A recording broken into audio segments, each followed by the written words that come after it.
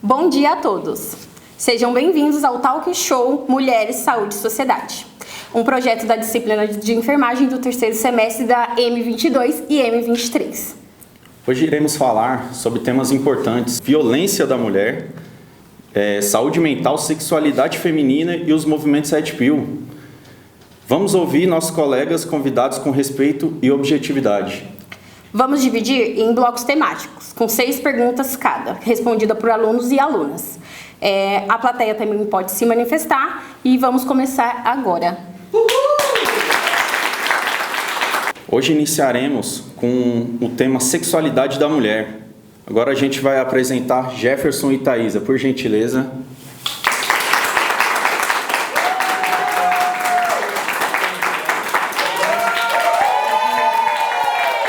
Vamos às perguntas. Jefferson, como o tabu sobre o prazer feminino ainda impacta a saúde sexual da mulher?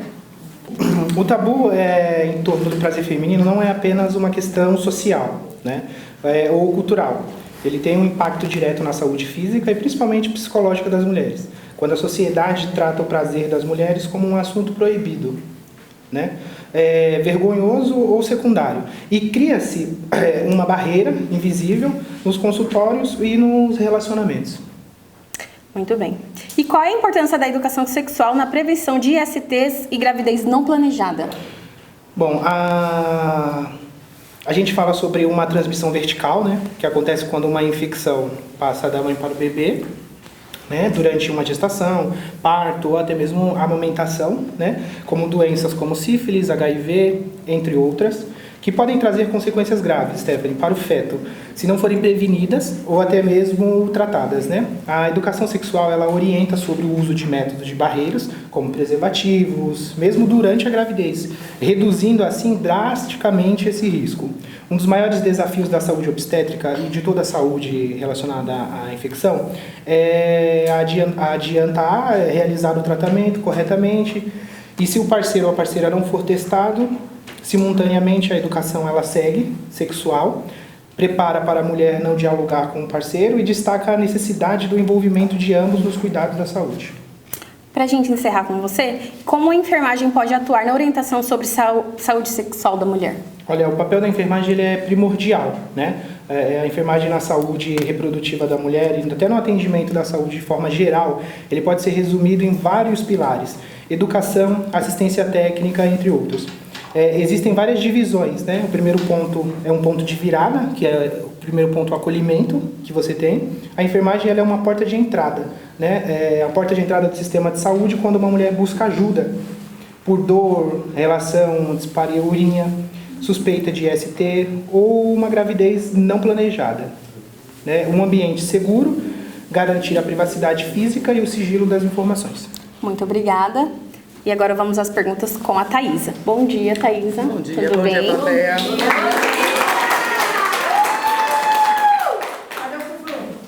Vamos lá. Thaisa, de que forma a pressão estética influencia a vivência na sexualidade? A estética ela vem trazendo ao feminismo, às mulheres, uma vaidade, né, extremamente absurda. E por quê? Porque no mundo hétero, o que atrai os homens é o que eles veem. Então a mulher ela investe muito nessa parte da estética. É cabelo, maquiagem, é a vestimenta, é a saia, é o shortinho. Ou também é aquela pessoa que, né, gosta de se vestir mais sem mostrar membros ou parte do corpo, mas de uma forma elegante, né? Porém, isso traz também uma coisa não muito positiva, que é a autovigilância, que é essa pressão que ela sente, o bloqueio na intimidade, porque tira o foco do ato sexual ali, para ser uma entrega completa, na preocupação de que será que eu estou bem, será que ele não vai se portar com meu corpo, se eu estou gorda, se eu estou magra, né? Isso impacta bastante, causando bloqueio e a queda também no desejo do ato sexual. A mulher acaba perdendo o desejo do ato sexual, voltando só para a estética. Muito bem. E como problemas com a dor na relação afeta a qualidade de vida? Vamos falar no universo hétero, né? Porque é mais entre casais homem e mulheres, né? afeta de várias maneiras, tais como o emocional, no relacionamento e no físico. O emocional gera ansiedade com o tempo, causando o medo, né, no ato sexual também, a culpa, a queda da autoestima, né, podendo evoluir ainda para a depressão. Isso é um índice muito alto que temos ainda, pelo fato de que o prazer feminino não era uma coisa que se prevenia, né, que se almejava, era só o prazer do homem. Muito bem. Para a gente encerrar com você, qual o papel do parceiro na promoção de uma sexualidade saudável? Uma sexualidade saudável exige muitas coisas, né? Tais como a convivência, o tratamento, o diálogo, né? O homem, ele precisa tirar do foco a penetração, né? E voltar mais para o emocional da mulher. Trazendo para ela o acolhimento e a validando cada vez mais para trazer essa autoestima naquele momento do ato sexual ser um momento prazeroso, né, bom para as duas partes e dividir o problema, né? Eu estou com um problema, você fala um exemplo, né, aqui com o Gerson, vocês são parceiros e aí você fala assim, eu não estou sentindo dor, meu querido, né? Como é que o Gerson, como parceiro, como homem, como o hétero, né, da relação, vai ser com você nessa situação. Então você acha que um conhecendo o limite do outro é importante? No limite, não chega a ser o limite, mas o problema, né? Vamos resolver o problema? Vamos procurar um médico? Vamos procurar um psicólogo? Vamos fazer uma terapia pélvica, que é importante, que eu acho que é um conhecimento muito raso ainda, as pessoas não sabem que existe. Né? E ir mais profundo e resolver essa situação como parceiro, como casal, e assim trazendo a relação sexual sendo mais tranquila, mais leve, mais satisfatória para ambos. Então, cada um conhecendo o seu corpo e o do seu parceiro tende a ser uma relação mais saudável na parte sexual. Mais saudável e mais feliz. Muito bem. Muito obrigada. Eu tenho uma pergunta. Ué, até qual foi a pergunta? Com certeza. Por favor, Jaqueline. Bom dia a todos. Bom dia. Levando em consideração que a gente vem de um mundo onde antigamente as mulheres só servia para dar prazer para o homem e nem o direito de atingir o ápice do orgasmo ela tinha, vocês consideram que naquela época a mulher sofria diretamente com violência sexual? Essa pergunta é para mim? Sim, por favor. Dentro do que a gente vem dos tempos de antigamente para o hoje, com certeza. Porque era muito o homem poderia ir, ele poderia ter a esposa e ele poderia ir pro famoso, desculpa o termo, pra gente não levar o corte, o cabaré, né? Ele poderia ter essa vida normalmente. E a mulher, ela só era tratada mesmo, tipo assim, vem aqui que eu quero lhe usar. Criação, né? Hoje já não é mais, as mulheres se valorizam, também buscam isso, trazendo o quê? Eu preciso que você me encante, me Conquista. Exato. E para ver essa troca, para os dois ficarem bem, não é mais só o homem. Existia...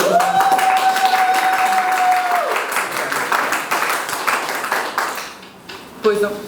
Existia também, só respondendo, complementando o que você falou, antigamente a gente não tinha um ensinamento, né? Não tinha um acolhimento, não tinha campanhas que pudessem auxiliar as mulheres nisso. Hoje em dia nós trabalhamos isso para que todos tenham um prazer agradável, né? Tanto o homem quanto a mulher. Exatamente, aí a enfermagem ela traz isso, né? Sim. O acolhimento, o diálogo no momento que se procura esse serviço para poder ter essa orientação e abrindo mais esse leque para informar principalmente as mulheres do que elas merecem, do que elas precisam, de como o corpo dela funciona, para também poder estar tendo essa troca de diálogo com os parceiros.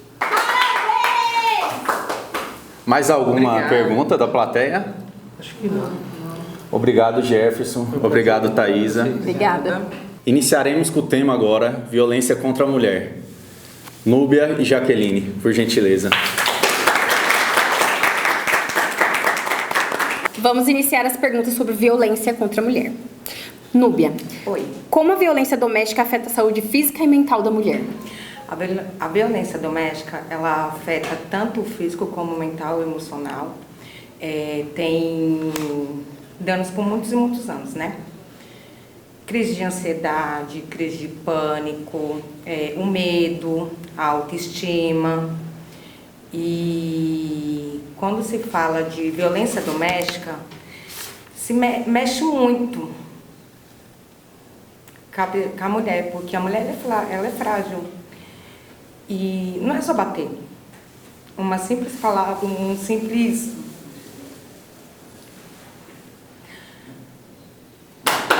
xingamento que tem, isso é violência contra a mulher. Quais sinais de violência psicológica você acha mais difícil de identificar no atendimento na saúde da mulher? Um simples olhar, quando o parceiro olha e fala assim, nossa, a roupa está muito curta, você tem como trocar. Quando você vai fazer um cabelo, colocar uns cílios. Isso é o mais difícil.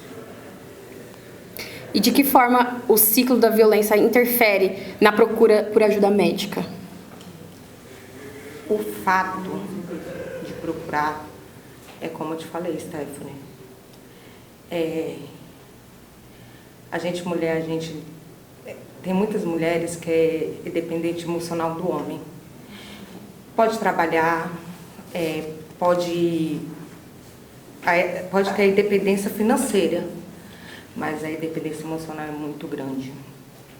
E quando a mulher leva um tapa, um xingamento, e no outro dia é tratada bem, ela quer tentar pelaquela relação. Ela não quer estragar a família dela. Ela não quer jogar 22 anos pro alto. Ela não quer achar que não consegue criar seus filhos sozinha.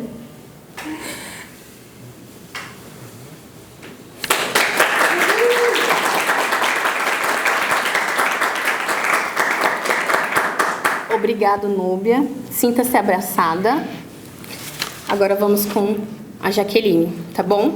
Perguntas para a Jaqueline sobre violência contra a mulher. Jaqueline, qual o papel do enfermeiro no acolhimento de mulheres em situação de violência? O papel do enfermeiro, Stephanie, eu acho ele crucial, levando em consideração que a enfermagem é o contato mais direto que tem com o paciente, né? A enfermagem ela vem para poder cuidar, para poder estar protegendo, acolhendo. E quando a gente tem uma escuta ativa e consegue estabelecer uma conexão com aquele paciente, acaba sendo mais fácil você conseguir identificar esse tipo de violência. E como a dependência financeira contribui para a permanência em um relacionamento violento? Contribui 100%. Muitas vezes a mulher não tem a dependência emocional do homem, que acontece em muitos casos, né? Mas o fato dela ter a dependência financeira faz ela permanecer naquela relação por não ter uma rota de fuga, por não ter para onde ir, por não ter como se manter, às vezes não ter rede de apoio. Ou cuidar dos filhos. Então, ou cuidar dos filhos, como é o caso da nossa amiga aqui do lado, a Núbia. Então, tudo isso pesa muito para que a mulher se mantenha num relacionamento abusivo, né? Não ter condições de seguir em frente financeiramente falando, faz ela permanecer. E quais as políticas públicas você considera mais eficazes na prevenção da violência contra a mulher? Quando a gente fala de políticas públicas, é bom ressaltar que o Brasil ainda é escasso demais neste âmbito, né? O que nós temos de lei hoje para proteger essas mulheres é a Lei Maria da Penha, né? Recentemente foi acrescentado à Lei Maria da Penha o crime de vicaricídio, que por incrível que pareça a pena ainda é maior, até 40 anos, é o crime com maior penalidade no Brasil. De todos os crimes que existem no Código Penal, o vicaricídio ele é o maior de todos eles, chegando a 40 anos, já que a nossa legislação permite apenas 30. E ele foi acrescentado recentemente na Lei Maria da Penha, que é a única que tem. Então essa Lei Maria da Penha ela acabou dando alças para outras questões que englobam a violência, mas diretamente falando apenas a Maria da Penha atualmente no Brasil. Agora vamos abrir a pergunta para a plateia. Bom dia. Bom dia. Para a Jaqueline a pergunta, tá? Dentro dessa questão da violência contra a mulher, o que ela pode fazer, qual o valor de escape, além da denúncia, só ir lá na delegacia, para poder sair desse ciclo.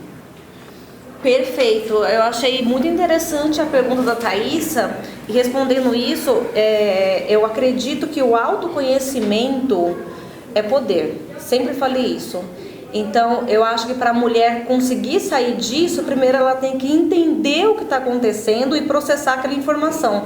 Por isso, Thaísa, eu sugiro fortemente que a mulher, até de maneira precoce, procure ajuda psicológica, comece a fazer terapia, para que ela entenda o que está acontecendo com ela naquele momento, para assim ela conseguir se direcionar melhor, para ela conseguir depois pedir ajuda, porque não adianta pedir ajuda numa situação que nem você está entendendo o que está acontecendo. Está normalizado. Tá normalizado, exatamente. Aí vem a vergonha também de estar passando por isso. Então, assim, a terapia ela vem ajudando você em tudo isso, principalmente entendendo que não é vergonhoso você passar por isso, que a vergonha tem que ser do agressor e não sua, da vítima, que isso não é normal. Ah, mas o mundo sempre foi assim, tá? Então o mundo sempre foi errado.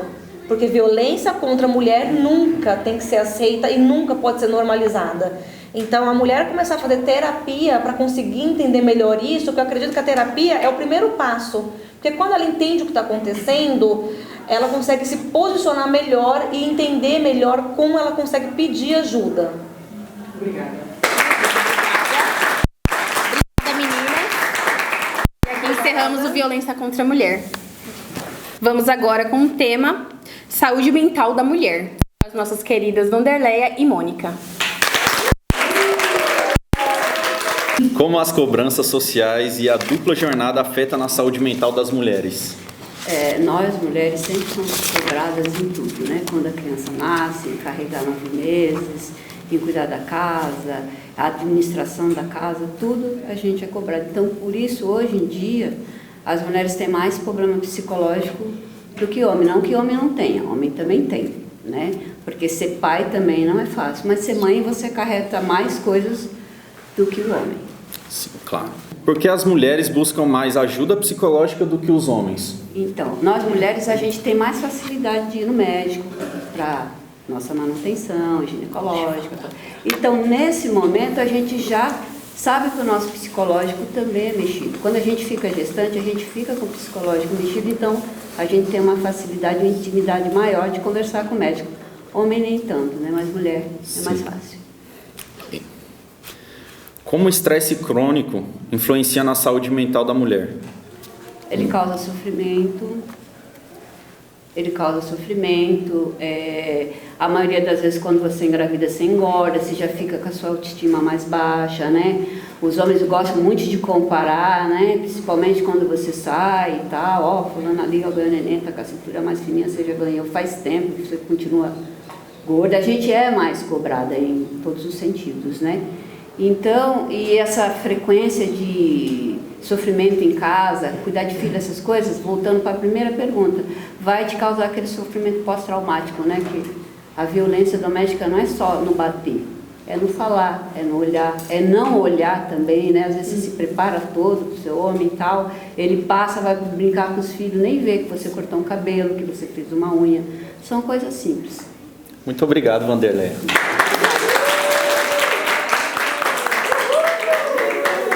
Vamos lá, Mônica. Vamos lá. De que forma as redes sociais impactam na autoestima da saúde mental da feminina? Às vezes o social pode comparar assim, constante, com o padrão de beleza. O seu homem, todo mundo, né, tá assistindo uma TV, vê aquela mulher maravilhosa e a gente está na sala com ele e ele consegue falar, nossa, que gata, nossa, e você do lado. E você olha para você e fala, poxa, será que eu tô tão feia assim, tô gorda? Isso afeta muito a nossa cabeça, entendeu? Ou na rua mesmo, ele finge que tá dirigindo. A gente percebe, né? Mas a gente tenta disfarçar e vamos levando, né? E a nossa autoestima vai lá embaixo. Muito. Aí começa a ter crise de ansiedade, se sente incapaz, entendeu? Inadequada para ele. Então a gente vai se destruindo, se fechando. Entendeu? Entendi. Obrigado. Qual o papel da enfermagem na promoção de cuidados da saúde mental para as mulheres? A enfermagem tem um papel bem difícil, mas é fundamental. A gente já recebe essas mulheres que vêm machucadas, e somos mulheres. E é difícil você falar para ela assim, larga, vai embora, porque a gente está do outro lado, a gente está ali para cuidar. Mas tem momentos que a gente se torna mulher e outra mulher e fala, você pode sair dessa. A gente orienta, a gente fala para ela se cuidar mais. Uma filha que pode pegar um homem desse jeito. E se ela é mãe, a gente tenta falar, se você é mãe, você vai querer isso para sua filha? A gente tenta até pegar nessa mente, né? Devagarzinho, conversar e encaminhar ela, né? Para um acompanhamento mais profundo, para ver se ela reage. Né? Mas é bem difícil, não está fácil ainda não. As mulheres têm que entender que elas têm um apoio, né? Sim, Independente se for família ou não, tem a gente, enfermeiros, que estamos aqui para apoiar. Parte da função, né, do enfermeiro. Sim. Como eu perguntei para ela, eu queria saber sua opinião. Como o estresse crônico influencia na saúde mental da mulher? As mulheres, e física.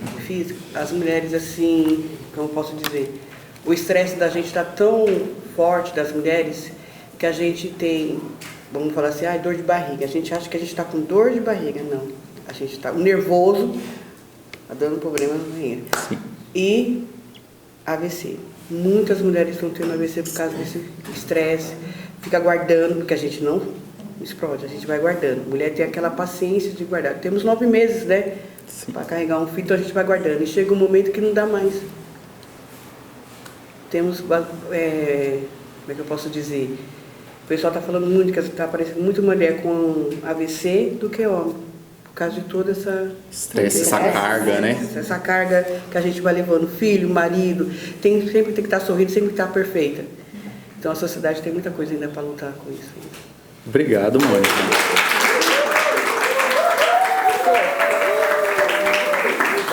A plateia, alguém quer falar alguma coisa, alguma pergunta, uma reflexão? Pode falar. Meu nome é Melissa, né? Gostaria de perguntar às meninas, né? Que tipo de apoio que as mulheres, esses homens podem procurar, né? E, assim, como que pode dar uma ajuda para essas pessoas que estão com esses problemas mentais, muito estresse, muitos problemas que acarentam na vida deles? O meu conselho, primeiro de tudo, ela aceitar que precisa de ajuda. No momento que ela aceitar, a gente consegue entrar. E também, eu coloco também que a gente fala, tem que procurar um psicólogo e tal, mas não é fácil procurar psicólogo na área da saúde que a gente tem, né? Não desmerecendo, a gente tem um SUS que em outros lugares não existe SUS, só que existe, ele é mal administrado. Se ele fosse muito bem administrado, não existia tanto homem doente e tanta mulher sofrendo. A gente tem que começar a aprender a buscar os nossos direitos. Boa. Muito obrigado. Vamos agora ao último bloco, com o tema Movimentos Red Pill, com os nossos queridos Cláudio e Sara. Cláudio, o que você entende como movimento Red Pill? Qual sua visão sobre isso? Bom, o movimento Red Pill, primeiro a gente tem que entender o que é Red Pill, né, que significa na tradução pílula vermelha, começou em mais ou menos 1999, graças àquele filme famosíssimo Matrix, né, onde você tinha a opção de escolher a pílula azul e a pílula vermelha, onde a pílula vermelha você enxergava uma verdade oculta, né? Na internet, essa realidade oculta, né, ela é uma manosfera, de um movimento online onde eles privilegiam o homem, né? E na concentração dessa colônia de maus formados, né? Eles pensam que a sociedade ela privilegia as mulheres, né? Então, nesse tipo de movimento, eles meio que se veem superiores às mulheres. Ok. Vamos lá. De que forma esses movimentos podem afetar a saúde mental de homens e mulheres? Bom, a relação que eles podem afetar os homens, muitas vezes, esse movimento, eles vêm através de formas de autoajuda, vamos colocar muitas aspas nesse autoajuda, porque são homens frustrados tanto sexualmente quanto psicologicamente, que buscam uma forma de se confortar escutando outro homem que não sabe nem por onde a galinha mija, né? Então, eles fazem uma pregação de que um homem que não tem uma estrutura financeira, que não tem uma estrutura de macho alfa na visão deles, né, nunca conseguiriam ter um relacionamento, pois eles falam que a mulher só está com ele por interesse, né, seja financeiro, seja por alguma outra questão. Agora, na relação com a mulher mulher que ela se prega a esse movimento, que querendo ou não, é minúscula a quantidade, porém ainda existe, né, elas são pregadas por exemplo, elas se veem na necessidade de serem submissas, de que ela só vai arrumar um homem, por exemplo, se ela for nova, se ela for bela, se ela for submissa àquele homem. Como esses fenômenos online impactam a saúde mental dos jovens? Bom, nesse quesito, uma criança que está, vamos dar um exemplo de um adolescente de 15 anos que está ali no começo da sua puberdade, ele começa a se envolver amorosamente com a garota de sua sala. Vamos dar um exemplo, ou de sua escola, enfim. E todo mundo sabe que adolescente é imaturo, né? Então, vamos dar um exemplo de que essa menina, ela acabe traindo, né, nessa suposição, esse garoto, né? Então, esse garoto ele vai se frustrar, ele não vai saber ouvir um não, né? Então, ele vai pegar todo esse ódio, todo esse rancor, que essa frustração dele em relação a isso, ainda somado a essa programação online de que acontece muito, essa disseminação de ódio, né, ele vai pregar tudo isso em cima da mulher, falando que ele está sozinho porque as mulheres são interesseiras. Ele vai falar que ele vai botar a culpa da solidão dele, né, por conta das mulheres. Vai falar que mulher, ela só quer fulano porque fulano tem tal coisa, ou ele não vai querer ele porque ele não tem tal coisa, né, e vai querer subjugar a mulher dessa forma. Olá, Sara. Vamos iniciar as perguntas. Qual a relação entre incels e o aumento da violência contra a mulher? Os incels geralmente inicia aí pelo período da puberdade, né, onde os meninos eles têm esse conhecimento dessa vida sexual e eles buscam por isso nas meninas, né, geralmente da escola, né, as meninas mais próximas, eles acabam não encontrando, né, então, e eles têm como uma obrigação da mulher dar isso que eles querem, né, mas eles não acabam não encontrando e aí eles acabam culpando essas mulheres porque eles têm essa necessidade, geralmente o homem tem essa necessidade antes da mulher, da menina, eles têm essa necessidade, ela não dá o que eles querem, eles culpam elas e por isso eles acabam, né, violentando elas, né, tanto fisicamente quanto psicologicamente, né. Eles quase querem obrigar as mulheres a fazer... As meninas a fazer isso. E o curioso é que os meninos, atualmente, eles estão começando a ver a pornografia mais cedo, né? Aos 8 anos, e as meninas também mais cedo, aos 9 anos. Então, eles procuram por isso, eles desejam isso, só que eles não sabem como se portar, como se agir, e é o esperado da idade. Pela acessibilidade, né? Ok, vamos lá. Como o discurso Red Pill influencia os relacionamentos e a autoestima feminina? Esse movimento Red Pill a gente pode entender melhor como um movimento extremo machista, né? E então, ele exigindo isso, e na verdade dentro desse movimento também tem a mulher, né? Então pode ter o homem como esse machismo extremo, mas também a mulher pode entrar nesse movimento, só que ela se coloca nessa posição de inferior para poder pertencer a esse movimento, né? E esse grupo se expressando para as demais pessoas, e se alguém acreditar, né, que isso seja verdade, para eles isso é a verdade, né? Colocar o homem como bem superior às mulheres. E se alguém acreditar nisso, as mulheres vão se sentir inseguras, né? Vão querer sempre não viver por elas, mas viver querendo realizar o desejo do homem. Então, isso não é vida e a gente precisa tomar cuidado nessa questão. Okay. Como os profissionais de saúde podem lidar com o paciente que é influenciado por esses movimentos? Como a gente mencionou, geralmente a gente pega lá a partir dos 8 anos esse menino, por exemplo, que primeiramente é influenciado por online, né? Então via internet, e as meninas também da mesma maneira. Como profissional de saúde e multidisciplinar, né, então a gente aciona o psicólogo, assistente social, a gente precisa orientá-los e orientar os pais também, né, porque se existe uma criança que tem todo um mundo online, isso vai crescendo e os pais não vai notando, isso pode... É por isso que esse grupo, na verdade, existe ainda, né, então a gente como profissional de saúde tem que dar atenção para essas crianças, para esses adolescentes, até quando a gente receber um adulto, tem que dar atenção e orientar na questão psicológica junto com a equipe. Obrigado, Sara. Obrigada, gente. Obrigada, Cláudia. Obrigada, Sara. Eu tenho uma pergunta. Sara, como pai de menino, como que a gente pode abordar esse tema em casa com os nossos filhos? Eu, como profissional, orientaria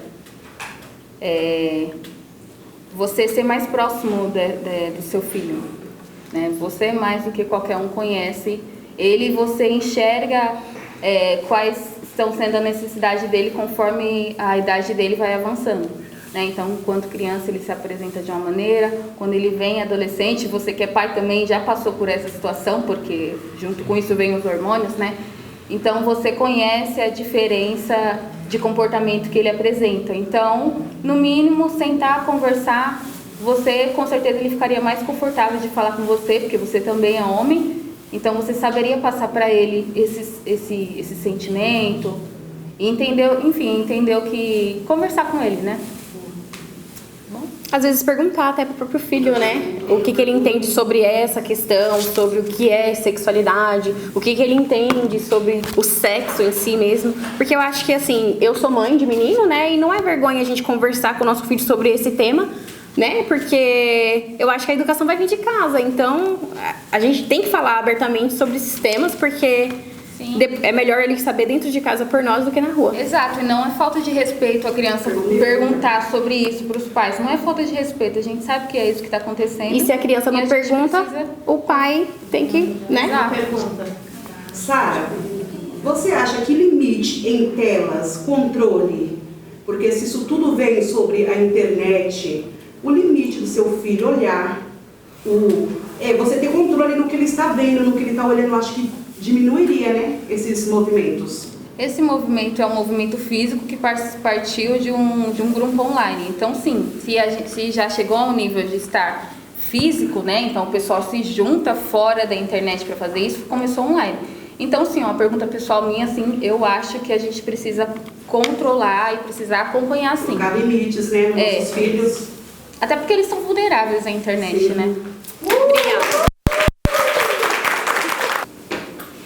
Encerramos aqui o nosso último tema, Red Pill. Obrigado, Cláudio. Obrigado, Sara. E aqui encerramos o nosso talk show. E chegamos ao final. Hoje pudemos refletir sobre temas que impactam diretamente a saúde integral da mulher. Lembre-se, saúde não é só física, é também emocional, social e relacional. Como futuros enfermeiros, temos o dever de acolher, escutar, sem julgamento e orientar e dar rede de apoio. Agradecemos nossos alunos, alunas, convidados e plateia. O nosso muito obrigada.